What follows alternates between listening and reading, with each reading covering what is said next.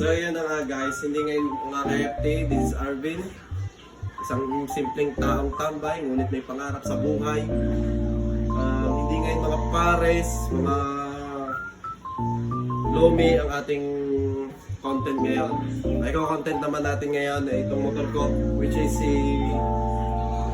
si Sophia na natambak ng ilang buwan na upang para ating install ulit.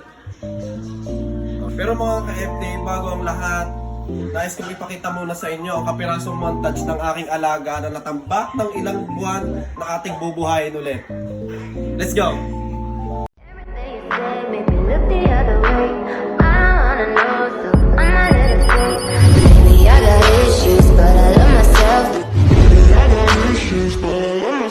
At kaya ngayon nga guys, nakita nyo na ang kapirasong montage ng aking alaga na which is, kitang-kita nyo naman na ang pangit, di ba? Galing aksidente.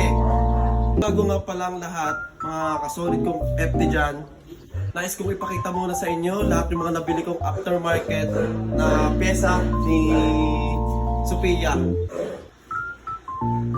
At yun nga pala mga kasolid kong FT, yung mga nabili ko, sabay-sabay natin isa-isahin.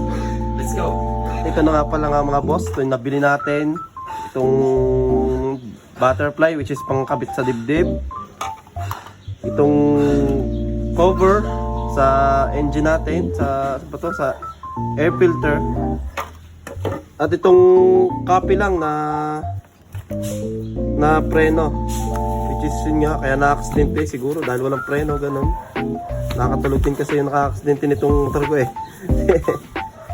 Yan, may oil ano tayo. Yan, tawag dito.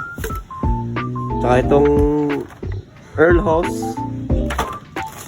Cover ng upuan, ang napili natin ay sand dust ba to na sa seat. And then itong garnish, itong flarings, magkabukod pa po yan. Bale, abang-abang na lang tayo sa mga pyesa na dadating.